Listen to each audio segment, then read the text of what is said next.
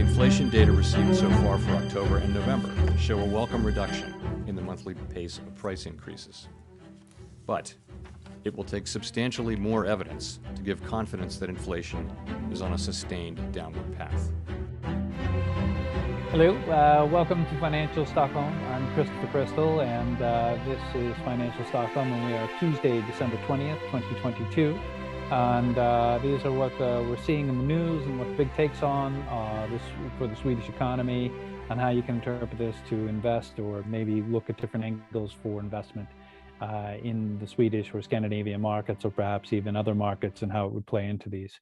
So today, the Swedish press is focused on there's several key things related to the economy, and one is talking about Norway. The Norwegian economy, although half the population of Sweden, has now actually become a bigger economy than Sweden.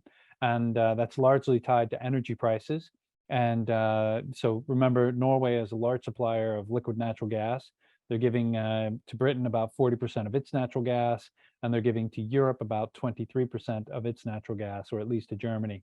So you're looking at an increase in the market there, the pricing, thanks to the Ukraine war, and the scarcity created by blowing up the pipelines, which we still have no decision on who did the sabotage. But we have a higher cost, and so the Norwegian economy has grown significantly larger, or not significantly, but it's grown larger than the Swedish economy. And I think what's important to note here is when you're looking at the Swedish economy, in 2021, we had a 5.9% GDP growth. This year, we're looking at a 2.9, so we're slowing down, okay? And then in 2023, we're expected to have a contraction. We're already feeling that in Sweden. We've already felt it for a long time. And so we're looking at a contraction of 0.6 negative, okay? And then in 2024, we're expected to have a slight growth of 0.8 positive, okay? Now, what the key here will be is the inflation. Ingves is focused on inflation. Joblessness is also a key issue, but this is going to come. So they're focusing on the inflation. This year, we're supposed to have something like 8.6. That's their target. And we're certainly far away from there. We're not as far away from, say, 2%. But the inflation rate for 2023 is still going to be bad. It's going to be at 6.6. Now, that's higher than the average for Sweden. And so this is still a negative sign for the economy, and still a negative sign overall. And what this could be playing into, and this is the one fear that I really have, is on the logistics side. So as the logistic issue is not yet resolved, even when the economy starts to move along and starts to purr, it will be hindered by the logistics issues. Okay, and those are not necessarily here in Sweden, but maybe more in Europe, and what you've seen in the US and so forth, with the shipping coming from China. So logistics do remain a key, and for Sweden, we're still looking at a slowed cycle. But the key would be is that if our inflation rates are lower, housing costs are lower, energy costs are lower, we may see an easing on the hiking. Okay, and so also on this is that the EU has come out with a price cap for the liquid natural gas, and they're actually coming up with a term for it. This is a neat new term. It's called market correction mechanism, which means that they're going to adjust the price down. So how you do that when a market is demanding that you pay a certain price remains to be seen, but we'll see who lowers their price first. If the EU actually accepts the market price, or if the EU jiggers the price so that it comes in line, and they have this pricing model and mechanism for how they're going to calculate whether it's 35 or 45 euros above or below. And it's a little more complicated, and they haven't released the full details, of course, so it's hard to interpret how it will work. And then on the environmental side, the PFAs, so the polyfluoral alkaloids or alkyls are being released all the time. This is something, the PFAs, that we're always talking about when you see people talking about food in the press in the US and here in Sweden. There was a place where they were testing munitions, and where they were putting out fires and releasing PFAs into the water.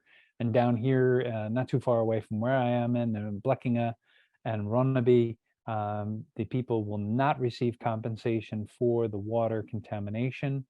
And so we'll see. But on the positive side, there's always a bright side to something. Um, is we may be moving forward on our nuclear power plants. So we'll see how this develops for Sweden.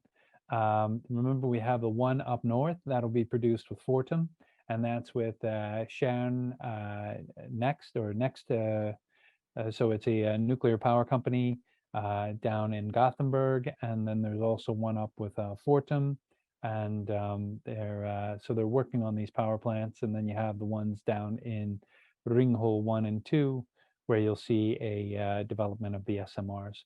So we may see that developing faster. Remember when Austria built the first power plant? My understanding is that it came in under budget and came in faster than expected. So instead of taking 6 years, I believe it took 3, and it came in under budget. So maybe we can get back to that style of doing things here in Europe. We'll see. But right now, we're not at that level. And the Swedish government had a press conference this morning, which was interesting. Of course, they had the 4 parties that created the coalition.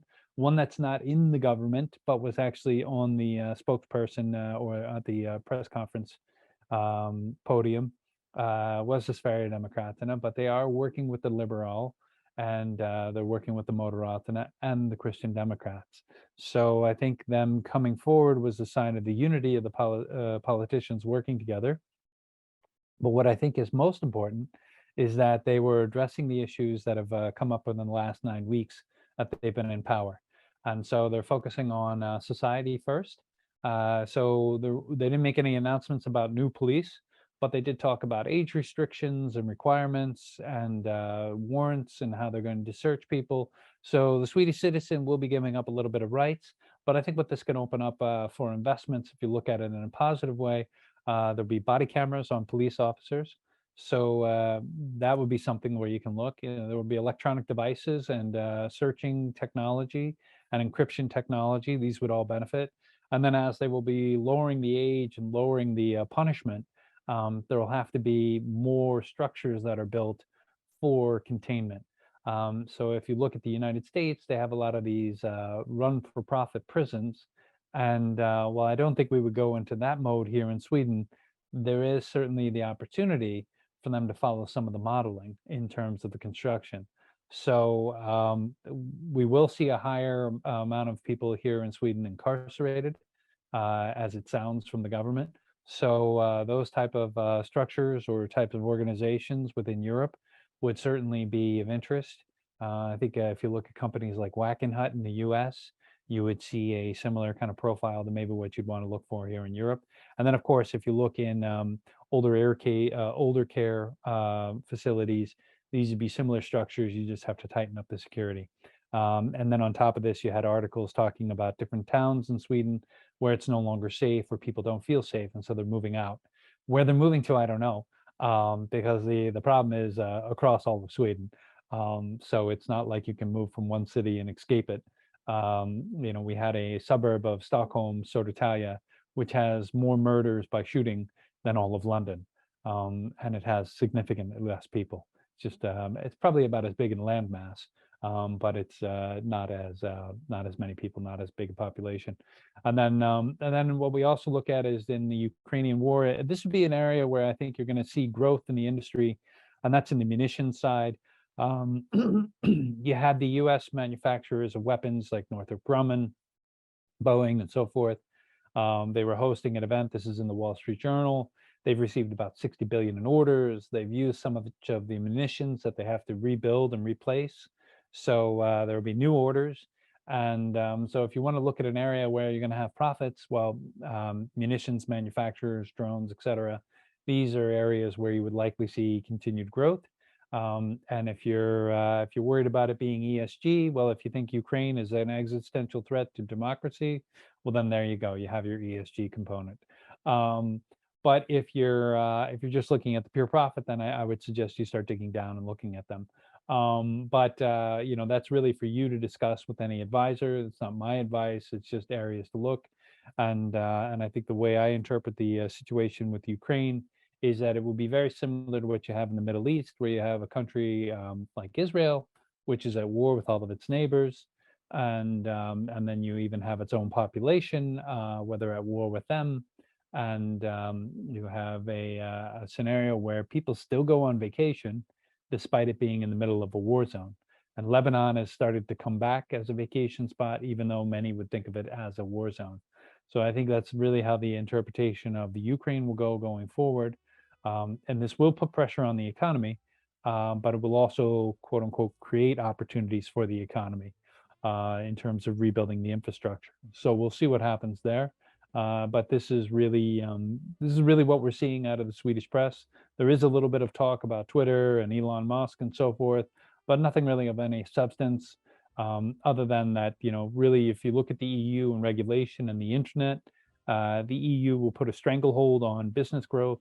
So when you look at companies like Meta, which are changing their business model and how they're going to act and behave in Europe, as well as Google and Twitter has already received comments from the EU, I think that would be the way you would interpret it. So right now, that's what we're seeing. So you can always make money in the market. You can be long, you can be short. And if you like what we're saying, please go ahead and subscribe and like the information that we're sending out. And it's about being long term or short term. You can always make money in the market. And thank you very much, and talk to you soon.